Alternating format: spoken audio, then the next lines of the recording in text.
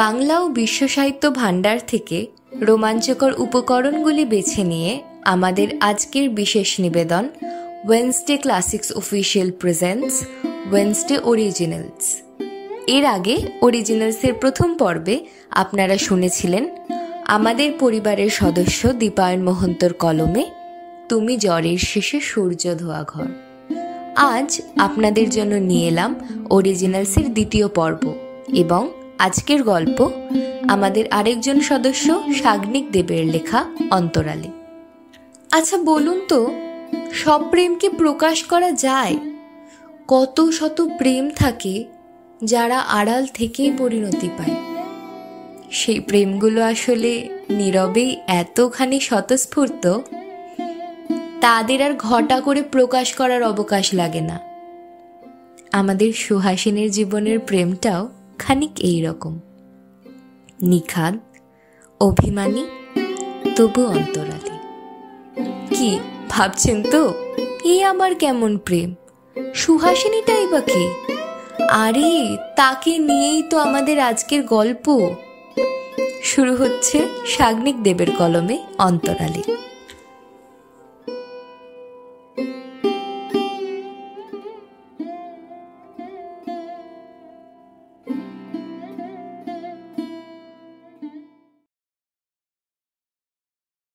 বসন্ত এসে হতো যখন দাতা ছড়িয়ে দিত দু চারটে তার পাতা। বসন্ত এসে হতো যখন দাতা ঝরিয়ে দিত দু চারটে তার পাতা। তবু যে তার বাকি রইত কত, জীবন যখন ছিল ফুলের মতো।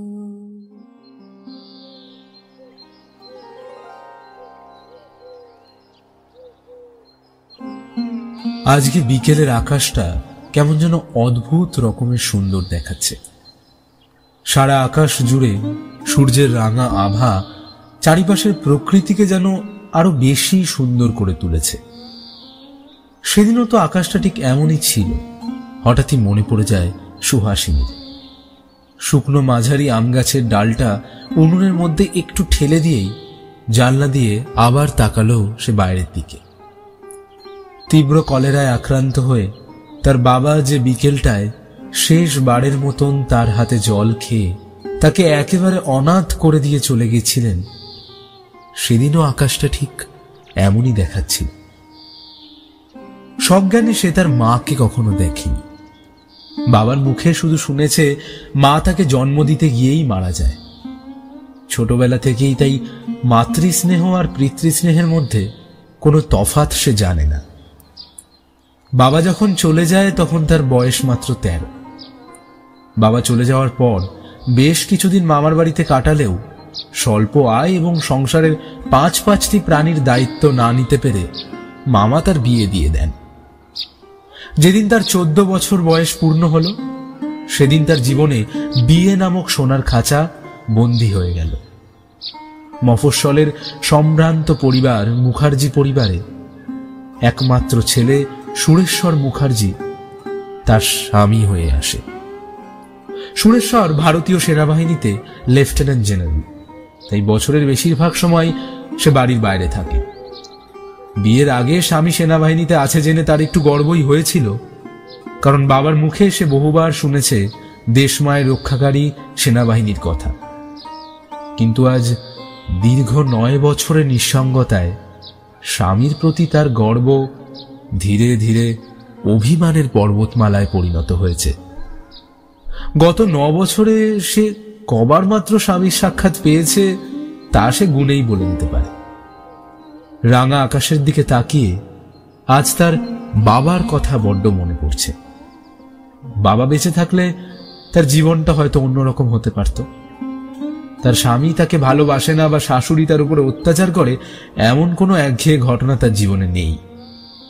তবে তার মনে হয় এই ইট কাঠ পাথরের মধ্যে বন্দী হয়ে থাকার জন্য তো সে জন্মায়নি। সে বড় হতে চেয়েছিল, মুক্ত পাখির মতন আকাশে উড়তে চেয়েছিল। অদৃষ্ট তাকে কোথায় এনে ফেলল তা সে বুঝতে পারে না। বাবার মুখে গল্প শুনে সে যে স্বপ্নের প্রাসাদ নিজের মনে নির্মাণ করেছিল, তারই প্রতিচ্ছবি আজ আকাশের অস্ত যাওয়া সূর্যের সাথে ধীরে ধীরে ডুবে যেতে দেখছে সে। এসব ভাবতে ভাবতে হঠাৎই এক পরিচিত কণ্ঠস্বরে তার সম্বিত ফিরল। বৌঠান, ও বৌঠান, আপনার নামে চিঠি আছে। এ কি রমাকান্তের গলা না? সে হঠাৎ আজ সুহাসিনীকে ডাকছে কেন? চিঠি এসে থাকলে তো মাকেই ডাকবে। যদিও মা আজ বাড়িতে নেই, তবে সে কথা তো রমাকান্ত জানার কথা নয়। মাঝে মাঝে যখন চিঠি আসে সুরেশ্বর তার মাকেই লিখে, যদিও সেখানে সুহাসিনীর কুশলতার কথাও উল্লেখ থাকে, তবে তার উদ্দেশ্যে সুরেশ্বর কখনোই চিঠি পাঠায় না। তবে আজ হঠাৎ কে জানে। সে দৌড়ে গিয়ে দালানের সামনে গিয়ে দেখল রমাকান্ত সেখানে একটা সাদা খাম আর একটা কি যেন হাতে নিয়ে দাঁড়িয়ে আছে।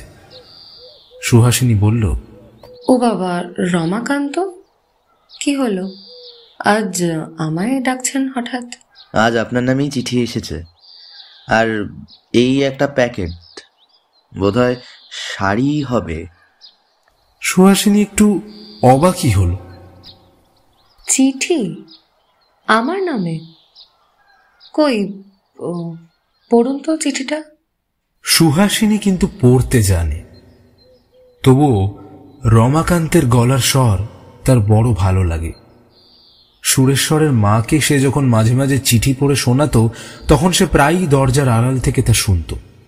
বিশেষত সুহাসের কি খবর, এই কথাটি শুনবে বলে দীর্ঘ চিঠির প্রায় পুরোটাই সে শোনে। প্যাকেটটা সুহাসিনীর হাতে তুলে দিয়ে রমাকান্ত চিঠিটা পড়তে শুরু করল।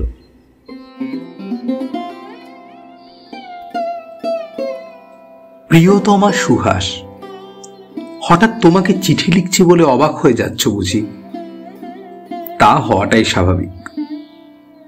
তোমার শরীর কেমন আছে সুহাস? আমি ভালোই আছি। তোমার কাছে এই চিঠি কবে পৌঁছবে জানি না, তবে এই সপ্তাহে যে তোমার জন্মদিন আর আমাদের নবম বিবাহ বার্ষিকী, তাই সুদূর কার্গিল সীমান্তে বসেও আমার দিব্যি মনে আছে। দেশের অবস্থা বিশেষ ভালো নয় সুহাস। কবে বাড়ি ফিরে আসতে পারবো জানি না। রোজ রাতে তাঁবুর বাইরে বেরিয়ে আকাশের তারাগুলোর দিকে তাকিয়ে তোমার কথাই মনে পড়ে। তোমাকে খুব দেখতে ইচ্ছা করে জানো। বঙ্কিমচন্দ্র চট্টোপাধ্যায়ের যে আনন্দমঠ বইটা পাঠিয়েছিলে, সেটা পড়েছি। ভারী অসাধারণ তার লেখা। মাকেও বড় দেখতে ইচ্ছা করে।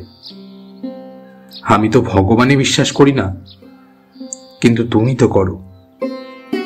ঈশ্বরকে ডেকো, এই দেশকে যেন রক্ষা করতে পারি। আমার উপর তোমার অনেক অভিমান হয়েছে, তাই না? কথা দিচ্ছি, এবার এসে সেই সব অভিমান ভাঙিয়ে দেব। কোনদিনই তোমাকে সেভাবে কিছু দিতে পারিনি। একটা শাড়ি আর কাজল পাঠালাম। রাগ ভাঙলে পড়বে তো লক্ষ্মীটি। জন্মদিনের শুভেচ্ছা নিও, মাকে দেখে রেখো। আর চিন্তা করো না, তাড়াতাড়ি দেখা হবে। ভালো থেকো। ইতি, তোমার দর্শনে অপেক্ষারত, তোমার সুরেশ্বর। চিঠিটা পড়তে পড়তে শেষ দিকটায় রমাকান্তের গলাটা বেশ ধরে এসেছিল, কিন্তু কেন তা সে জানে না। গত 4 বছর কেন এই বাড়ির সামনে দিয়ে যাওয়ার সময় সে সাইকেলের গতি কমিয়ে দেয়, কেনই বা দালানে বসে আলতা পড়তে থাকা সুহাসিনীকে সে রোজ দেখে, তার জবাব রমাকান্তেরও জানা নেই। চিঠিটা পড়ে তার মনে হলো 25 বছরের সামান্য পোস্ট অফিসের পিয়নের কি সুহাসিনী মুখার্জির অন্তরের কথা জানবার অধিকার আছে? এসব ভাবতে ভাবতেই চিঠিটা ভাঁজ করে সুহাসিনীর মুখের দিকে তাকালো সে। দেখল তার দুই গাল বেয়ে জলধারা নেমে এসেছে। একি সুহাসিনী কাঁদছে? সে কি আদৌ কান্না? যদি হয় তবে দুঃখের কান্না কি, নাকি গত 9 বছরের জমে থাকা অভিমানের বরফ ধীরে ধীরে গলে চোখের জল হয়ে নামছে? মেয়েদের অভিমান বোধহয় এমনই, বহুদিন ধরে তুষারপাতে বরফ আবৃত পাহাড় হয়ে গেলেও সামান্য উত্তাপে তা গলে গিয়ে ভালোবাসার স্রোতস্বিনী সৃষ্টি করতে পারে। রমাকান্ত সেসব বোঝে না। সে শুধুই জানে সুহাসিনীর চোখের জল মোছাবার ক্ষমতা তার নেই। কয়েকশো মাইল দূরের সীমান্তে থাকা সুরেশ্বর যা পারে, আজ দুহাত দূরে দাঁড়িয়ে রমাকান্তের সে অধিকার নেই।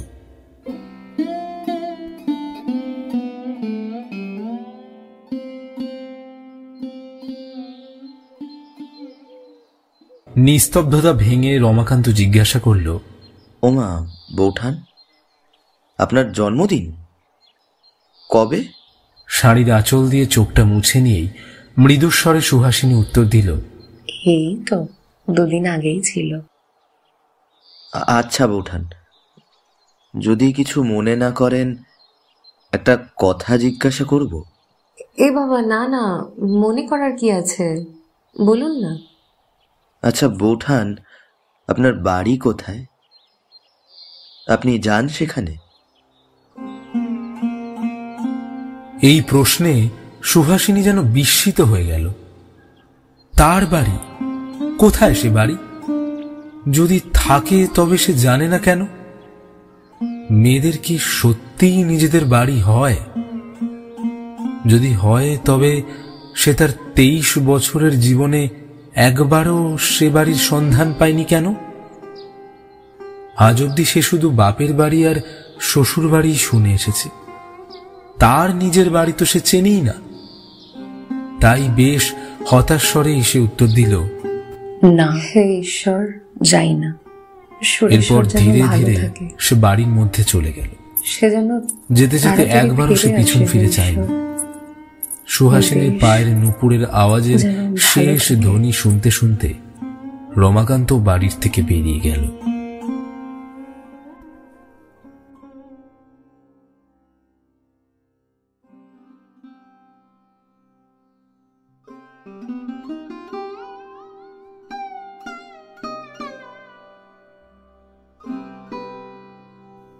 আকাশে পূর্ণিমার চাঁদ উঠেছে।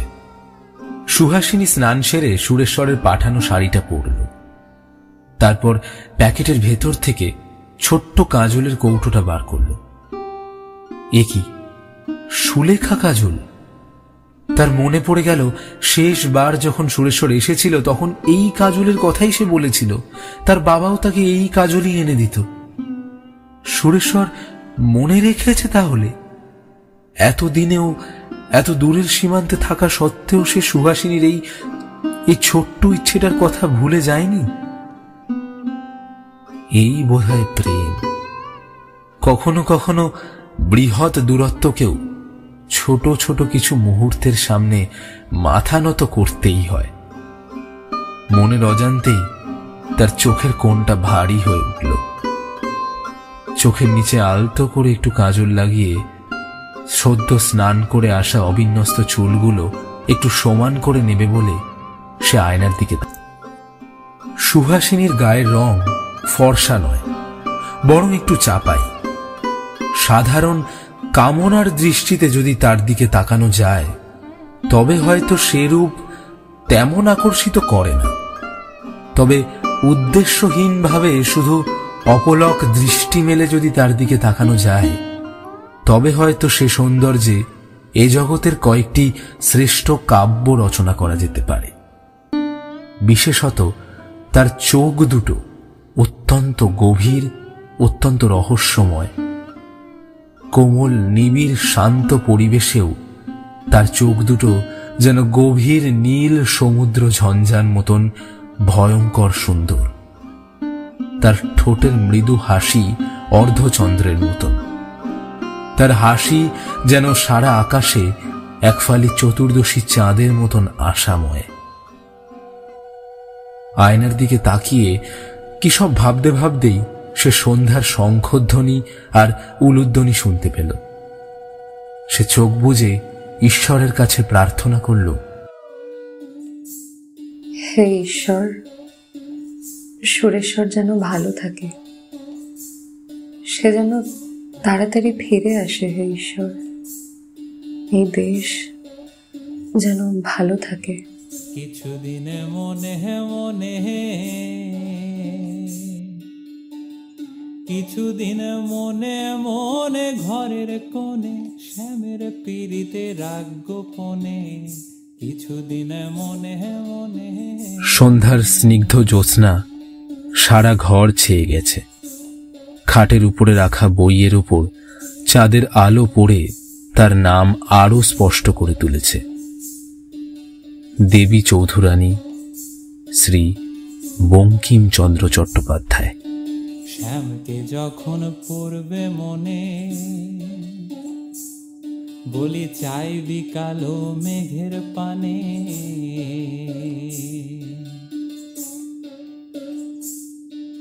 শ্যামকে যখন পড়বে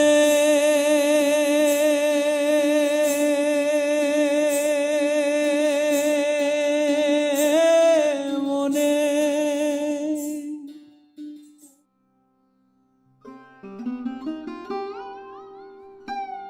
শেষ হলো আমাদের আজকের গল্প ওয়েনসডে অরিজিনালসের দ্বিতীয় পর্ব, সাগ্নিক দেবের কলমে অন্তরালে। আজকে কথকের ভূমিকায় সাগ্নিক, সুহাসিনীর চরিত্রে সঞ্চারী, রমাকান্তের ভূমিকায় শিবাঙ্ক, সুরেশ্বরের ভূমিকায় Dipayan, editing Sagnik, poster designing Debanshu ও গল্পের সূত্রধর আমি সিনিয়া। আশা করি আজকের গল্পটি আপনাদের ভালো লেগেছে। যদি ভালো লেগে থাকে অবশ্যই আমাদের চ্যানেলকে সাবস্ক্রাইব করুন ও গল্পটি অনেক অনেক শেয়ার করে এভাবেই আমাদের পাশে থাকুন। আজকের মতন এখানেই বিদায় নিচ্ছি। আগামী সপ্তাহে আবার ফিরব আরও কোনো রোমাঞ্চকর গল্প নিয়ে। ততদিন ভালো থাকুন, গল্পে থাকুন।